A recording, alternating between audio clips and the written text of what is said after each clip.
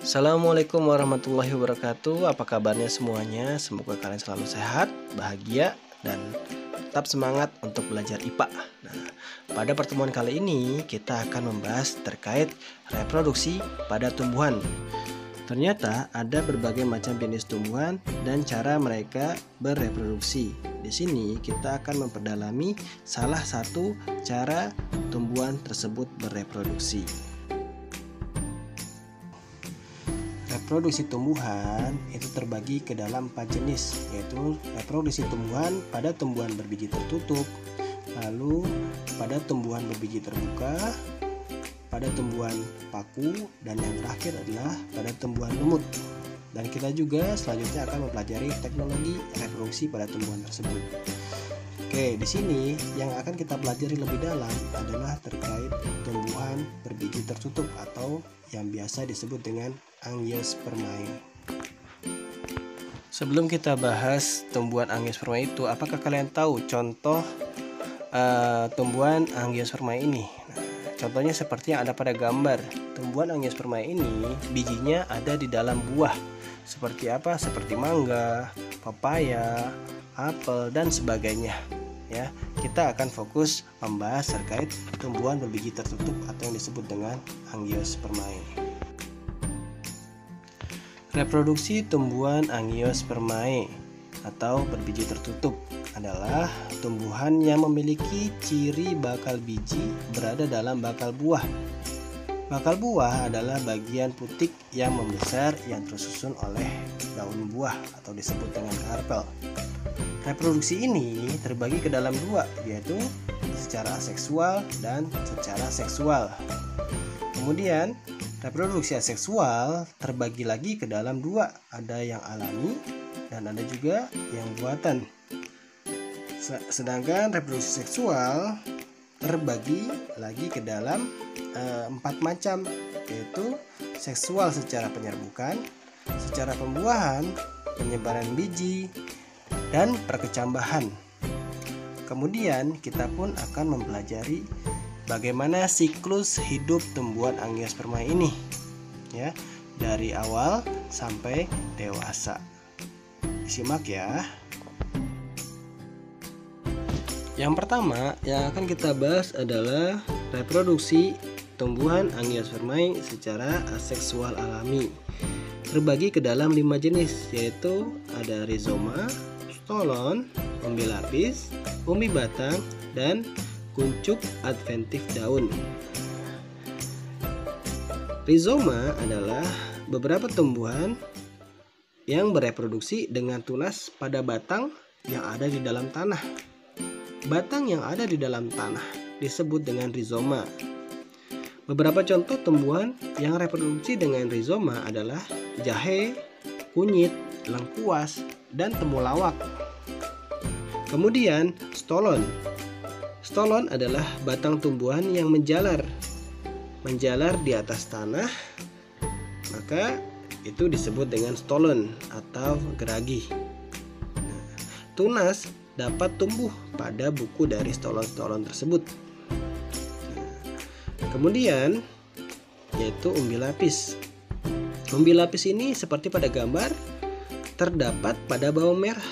Nah, pada tumbuhan yang bereproduksi dengan umbi lapis terdapat kuncup samping, di mana kuncup samping yang tumbuh biasanya merupakan umbi lapis kecil-kecil berkelompok di sekitar umbi induknya.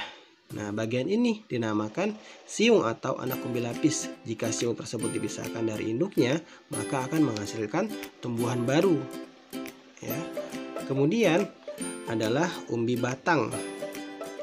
Umbi batang itu adalah terlihat pada kentang, ya, pada permukaan kentang. Mungkin kamu akan dapat melihat mata tunas atau kuncup pada kondisi yang sesuai untuk pertumbuhannya. Dari mata tunas ini akan terbentuk tunas dan menghasilkan tumbuhan baru. Dan yang terakhir adalah kuncup adventif daun.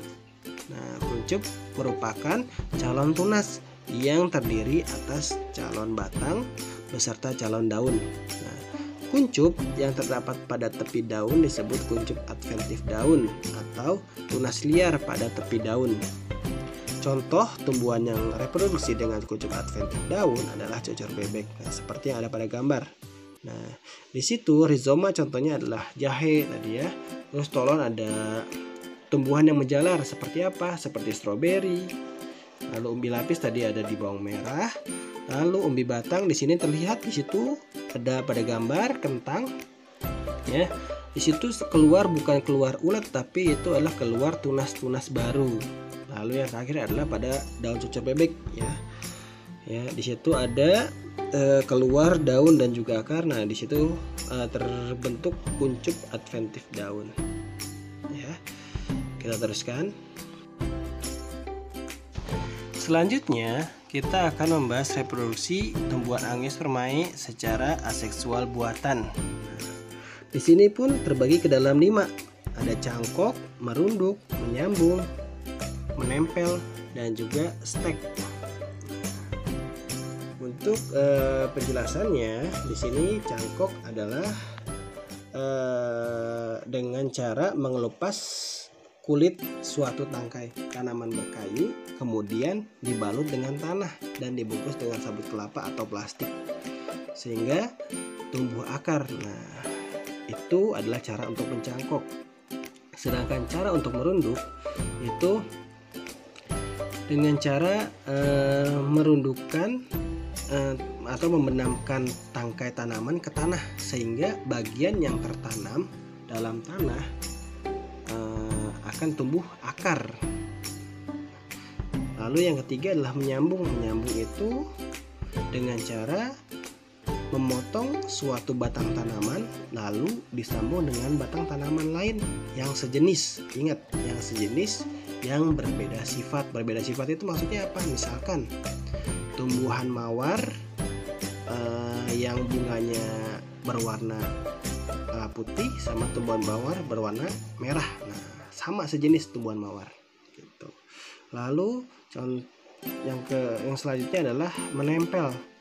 Menempel ini caranya dilakukan dengan menempelkan mata tunas yang ada pada kulit tanaman, yaitu pada batang tanaman lain yang sejenis.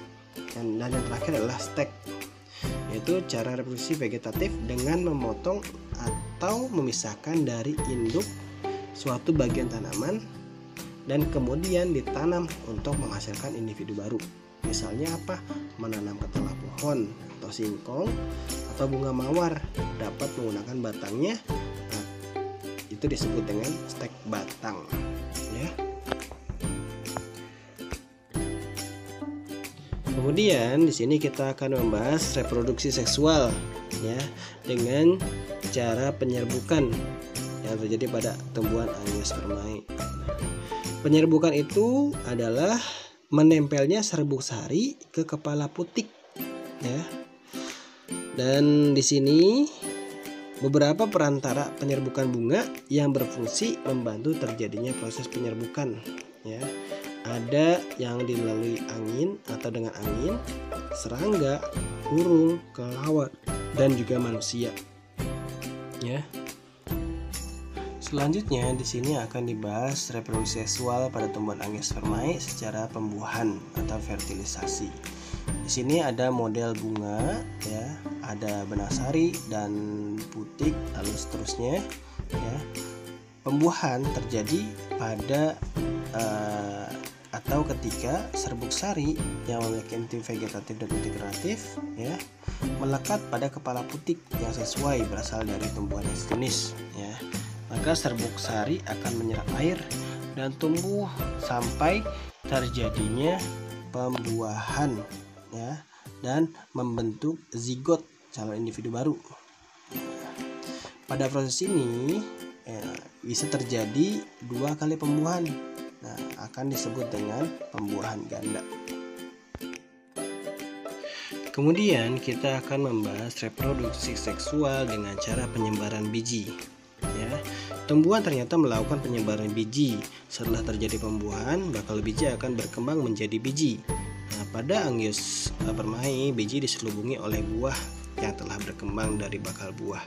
Proses penyebaran biji dapat terjadi secara alami atau dengan buatan manusia. Berikut adalah perantara untuk menyebarkan biji.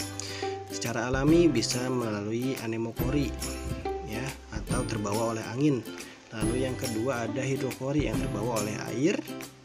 Lalu ada zookori yang terbawa oleh hewan. Dan yang terakhir adalah antropokori, ya, yang dilakukan oleh manusia.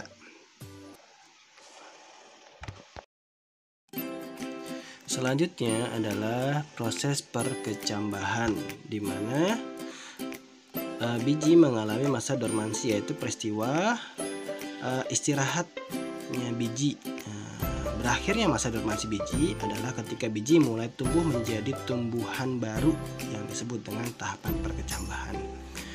Dan kemudian adalah sifat keturunan reproduksi seksual, ya. Reproduksi secara seksual akan menghasilkan atau dihasilkan dari peleburan inti sel kelamin jantan dan sel kelamin betina. Sifat keturunan hasil tersebut diperoleh dari gabungan sifat kedua induk. Hal inilah yang menyebabkan sifat keturunan yang dihasilkan dari reproduksi seksual bervariasi. Terakhir, kita akan membahas siklus hidup tumbuhan Angiospermae. Tumbuhan memiliki siklus hidup yang dimulai ketika inti sel kelamin jantan dan betinanya bersatu membentuk zigot. Selanjutnya tumbuh dan berkembang menjadi tumbuhan dewasa. Selama hidupnya, tumbuhan melalui dua tahapan generasi, yaitu generasi penghasil gamet, yaitu generasi haploid, dan yang kedua adalah generasi sporofit, adalah generasi penghasil spora, yaitu generasi diploid. Di sini kalian bisa lihat ada pada gambar siklus hidup Angiospermae, ada tahap diploid dan tahap haploid. Ya, bisa dilihat pada gambar. Demikian pembahasan kali ini. Terima kasih. Assalamualaikum warahmatullahi wabarakatuh.